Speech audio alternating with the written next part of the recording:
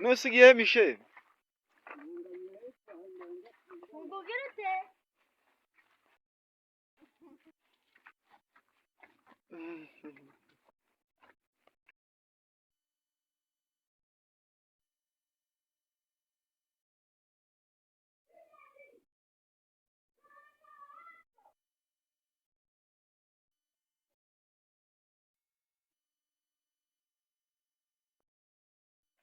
Iyi video mumaze kubona ni iy'umusaza witwa Michel Miramvaguru, utuye mu karere ka Rutsiro, intara y'Iburengerazuba, umurenge wa Kivumu, akagari ka Bunyonjo. Uyu Michel yujuje imyaka 101, yabayeho mu buzima bugoye ndetse ubuzima wowe ubwawe utakwiyumvisha. N'umwe warangije imyaka 3 ari mu ishyamba atarya kandi atanywa.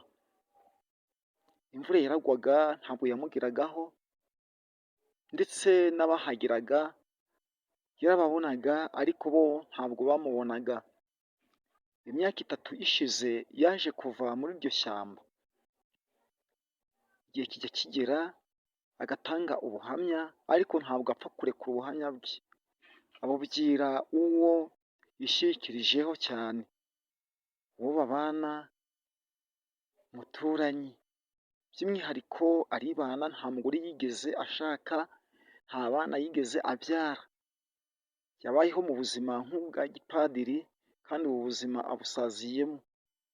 Arakomeye ntacyo abaye, aragenda, aravuga, ararya, nta kibazo afite. Hari ibitangaza benshi mu buzima bwe yabayemo, ndetse kugeza n'ubu. Hari igihe afatwa n'uburwayi, abantu bakiyumvisha mbese ni buryo ki arwara, kandi ukabona ntacyo abaye, nta kibazo. Mu gihe cy'abandi usanga bari guhura n'ibibazo mu gihe be bahuye n'uburwayi bumeze butyo. Ariko Michel we iyo arwaye arakira kandi atagiye ku ivuriro. Mu gihe cy'abantu bavuga ngo uyu Michel ntabwo ari buze kuramuka, ariko bugacya mu gitondo bagasanga ni muzima, bagasanga nta kibazo. Igihe kikaza kugera ukabona arihagurukije, aratembereye, ubu arimo ari kwitembereza, arakomeye ntacyo abaye.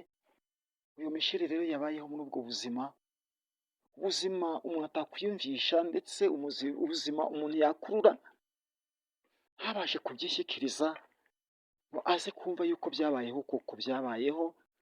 Yarangije imyaka 3 atarya kandi atanywa, ari mu ishyamba. Nk'ayo amateka ya Michel. Ayo niyo mateka ya Michel mu buzima bwe bwa buri munsi.